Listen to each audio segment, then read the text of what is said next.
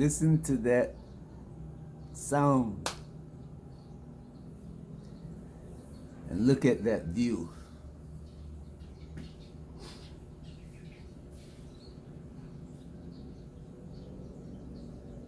Some days the sky is totally blue. And days such as today, the clouds cover the whole sky. Darkness from horizon to horizon. Well, I should say from horizon to zenith. Across the whole horizon. Dark gray clouds. Not black clouds now. Gray clouds.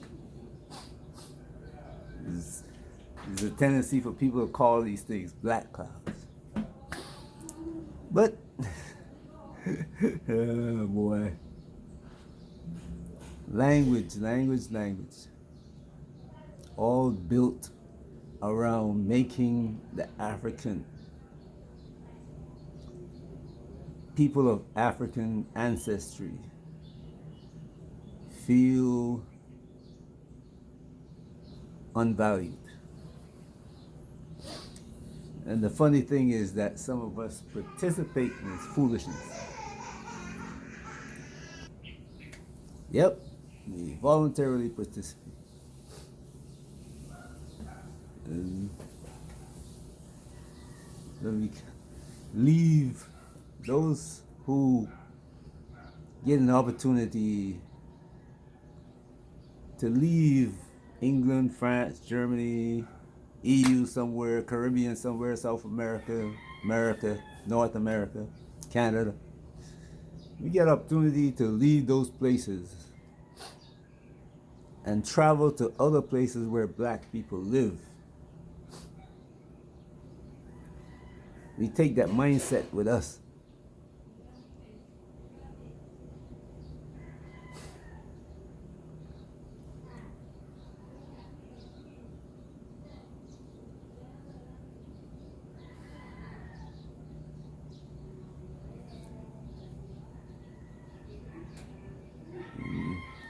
See it in Africa all the time. Well, I see it in other places where I travel also.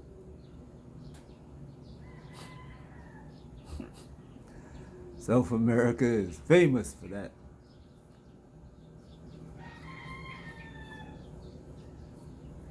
You come with your dollars or your pounds,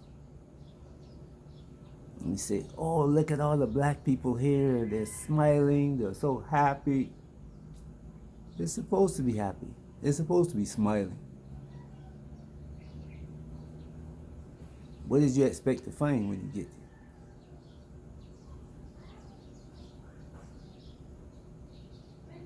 there? You are bringing your dollars, and they have to smile. Don't get me wrong now. There are people who are genuinely very welcoming throughout the world. And South America means I met some of the most welcoming people. Except for Hong Kong.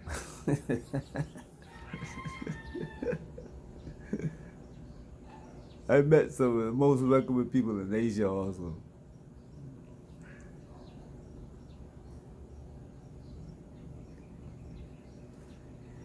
But anyway, one of our problems is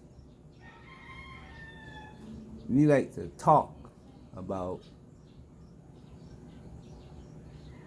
ourselves and create a following, especially in today's world.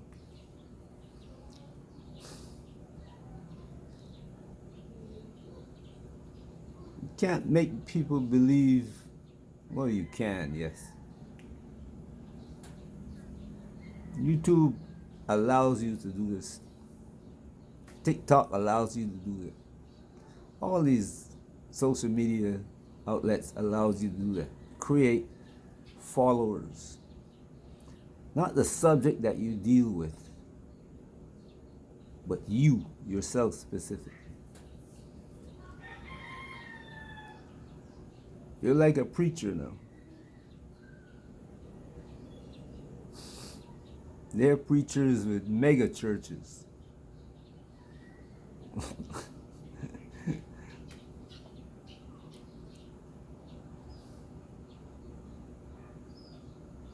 But in the case of the diasporans coming from Europe or America, the subject is always skewed. It's supposed to be how Africa is. It's supposed to be about Africa, teaching other diasporans about Africa. Because after all, our foreparents were born there, not us. And it will take you about 10 years, well, between 7 and 14 years, I would say,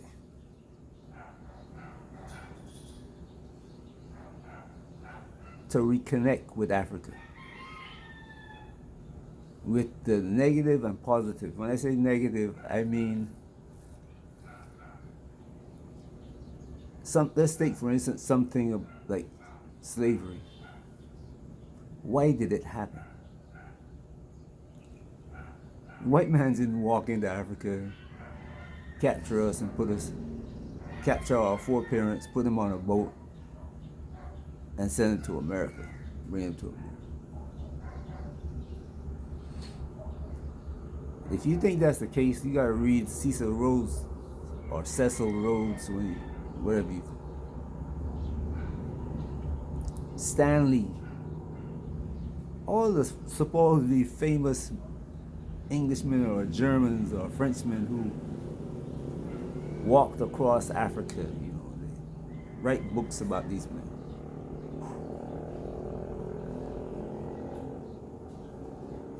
They went there they learned from the Africans, and then they implemented some of the same practices in slavery. Like today, Mauritania has laws that says you are a slave because your family was a slave. Ghana too, There's some posts that you can't hold in Ghana because you were enslaved in the West. It doesn't distinguish between a Western slave and a slave captured from one tribe to another in Ghana. Once you're a slave in Africa, even Nigeria, your family is enslaved. You are a slave. And they used to fight wars between one another to capture slaves. So when one tribe captured a slave and enslaved him, from then on, everybody else in that family is a slave. You can't be a chief. You can't be a king. Can't hold public office, as they call it. And that's part of the tradition.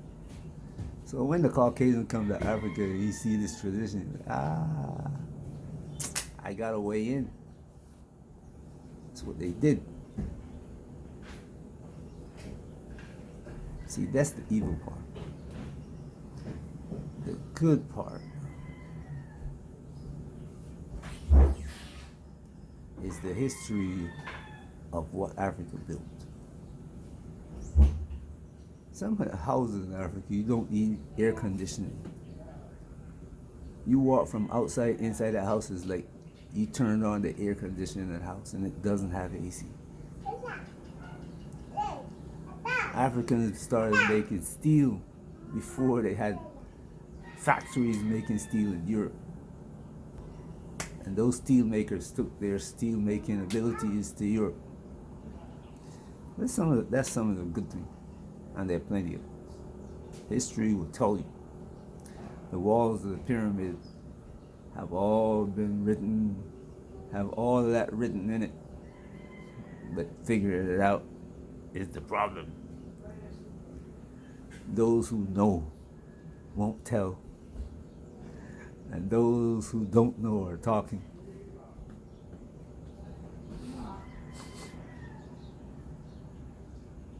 The pyramids all over the world, and once you decipher one of them, you'll be able to decipher all of them. And they were built for the same purpose. But anyway, you got these diasporans coming to Africa.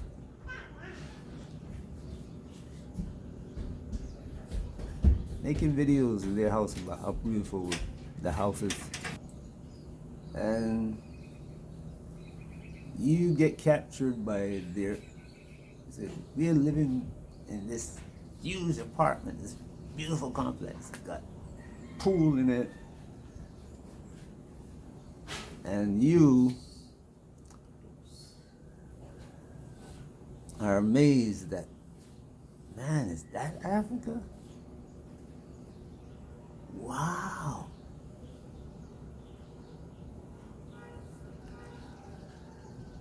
They don't show you the rest of Africa.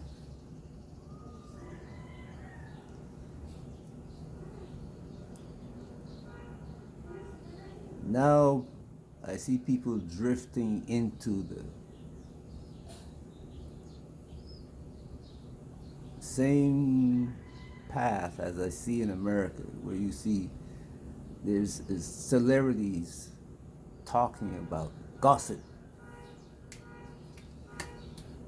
And here in Africa, the wires are beginning to get heated. Diasporans talking about each other.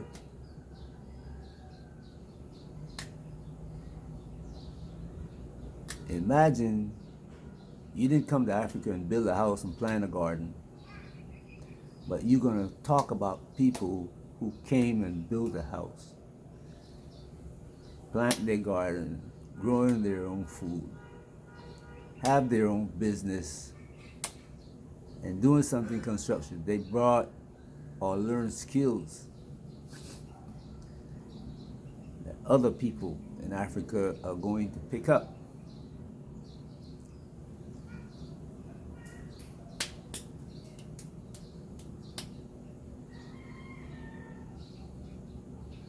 They got a budget for workers. You got a budget for going to Senegambia or someplace in Nigeria or Ghana, sit down, have a great meal, and then go back home to your pool inside the four walls of your compound.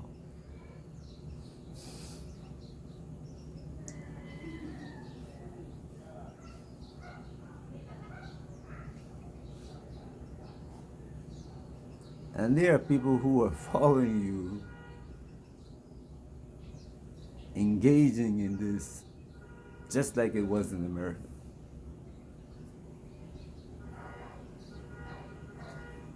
There are some who are going all over Africa saying, man, look at this guy. Look at this building. It looks like a building in London. Look at that building. It looked like a building in the US. This guy came back from US and he built this great housing estate. It looks just like in the US, doesn't it? It's got 2 cars in the front of every house, pool in the yard. And the audience is saying, wow. Is that really Africa? I didn't believe that. So now they're living vicariously. And for you, those of you who don't know what vicariously means, please go check it out. Check out, I encourage you to check out everything I say. Don't take anything I say for granted. Trust, verify it. uh, anyway, living vicariously through what you see on this person's camera.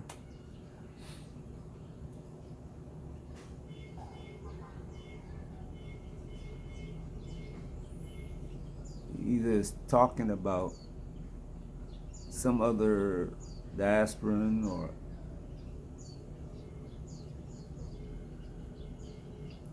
about how Africa is like America. When you come back from abroad, as they call it, Africa. In Caribbean, they call it foreign. When you come from foreign, and you go build a house that look like foreign, guess what you're doing? You're creating foreign. You're not creating Africa. You are creating foreign. You're changing Africa into foreign. You're doing for the enemy what the enemy is not doing. Just like the black clouds. You know, I started a conversation about black clouds. And how some of us are painting that black picture about Africans. You are bringing foreign to Africa, changing Africa to foreign, and still calling it Africa.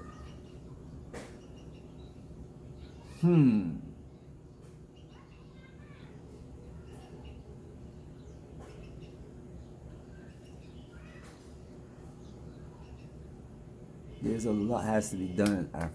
Africans have to learn about us, what our foreparents went through, not our rapping about cars and pretty clothes and wearing your trousers down to the knees. They don't know that that came from prison. The men in prison wearing the trousers down around the knees because they're open for prostitution, and the African is picking it up. You're not coming to correct it.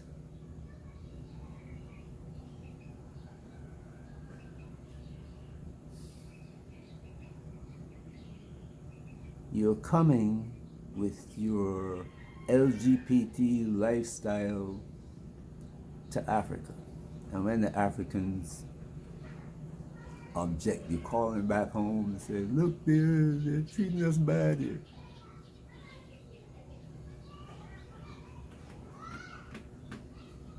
See, you're changing Africa into America and Britain and France and Germany.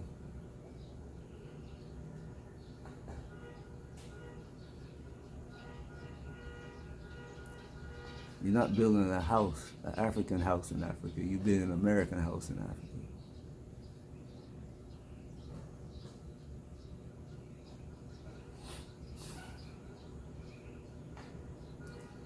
One of the reasons why there's a war declared against China is because the Chinese are not letting their people become like America. You look at China, 99% of the people were in poverty 50 years ago.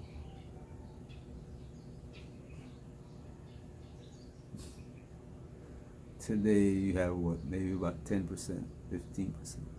How do they move 1 billion people out of poverty? Well, America, Britain, France, Germany, all the black people are going into poverty there. You're not coming to Africa to show Africans how to get out of poverty. You're coming with gossip, talk about other diasporans.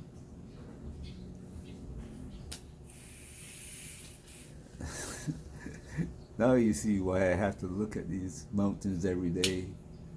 If you don't, when I start looking at these things that is happening, being done, not happening, something happens like you have no control over.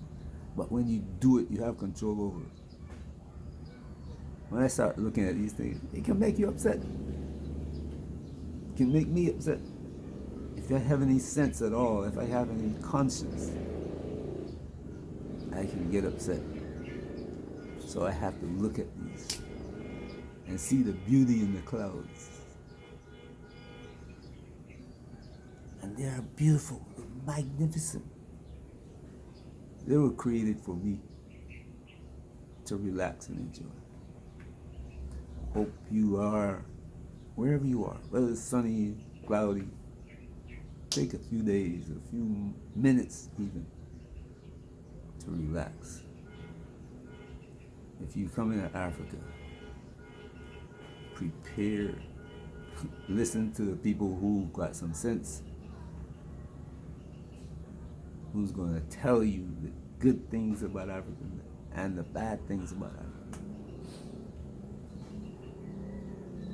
There are lots of things that are negative. And the good thing is that we can change that. There's an opportunity.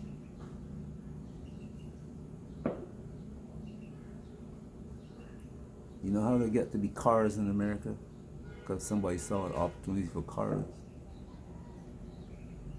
and create a business.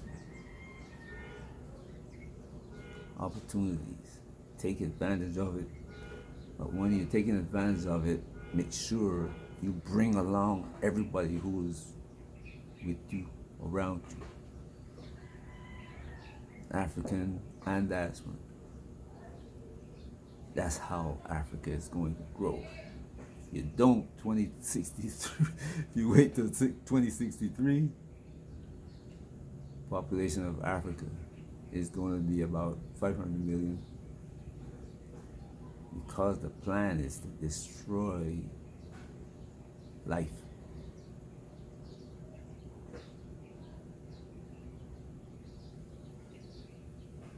When this war is over, you already see that they're moving into Africa.